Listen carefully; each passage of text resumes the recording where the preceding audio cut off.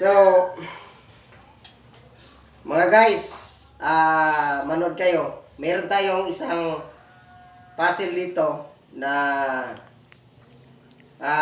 mathematics. No? So, ang equation niya ay 7 plus 5 plus 255 equals 1K.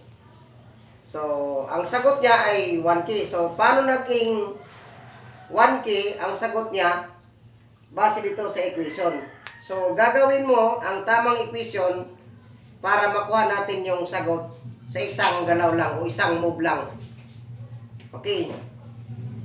Pag nakuha mo ang tamang equation ng mathematics, yan, bibigyan kita ng 1,000. Ha?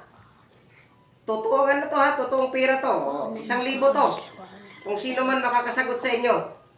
Okay, 1, 2, 3, 4, 5, 6, 7,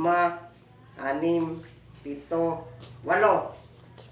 Okay, pag nasagot niyo yan, na tamang equation, bibigyan ko 1,000 para sa pang-snack ninyo. Sige, gawin mo na.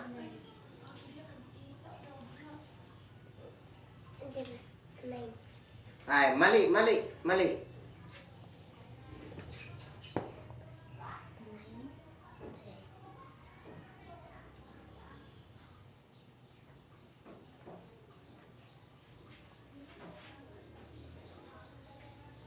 Sakit. Okay, be. Sadali. Bibilangin muna natin to kasi pera to, maging bato pa. Tapoy dongil.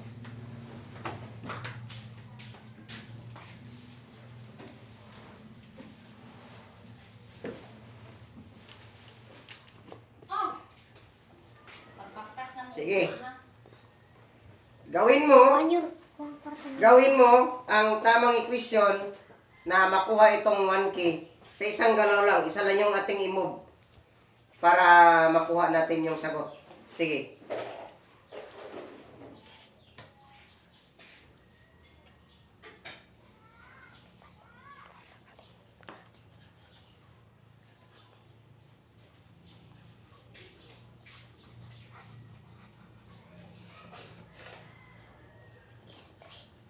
Magagaling tong batang to ah.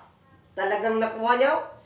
So, ibig sabihin, 745 plus 255, di tumugma sa sagot na 1K. Ano ba? Imagine. Oh.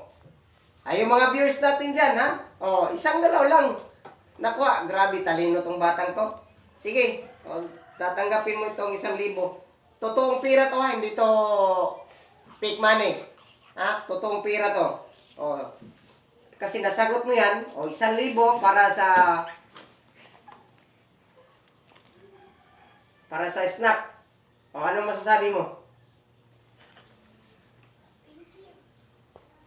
Ayaw mo sa pira? Ayaw mo? O 1,000? Kuayan. O, huwag mong ano yan, gasta ng gasta ha?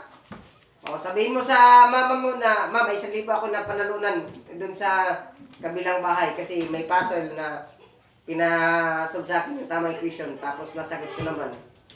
Ha? O, sige, pwede ka nang umuwi.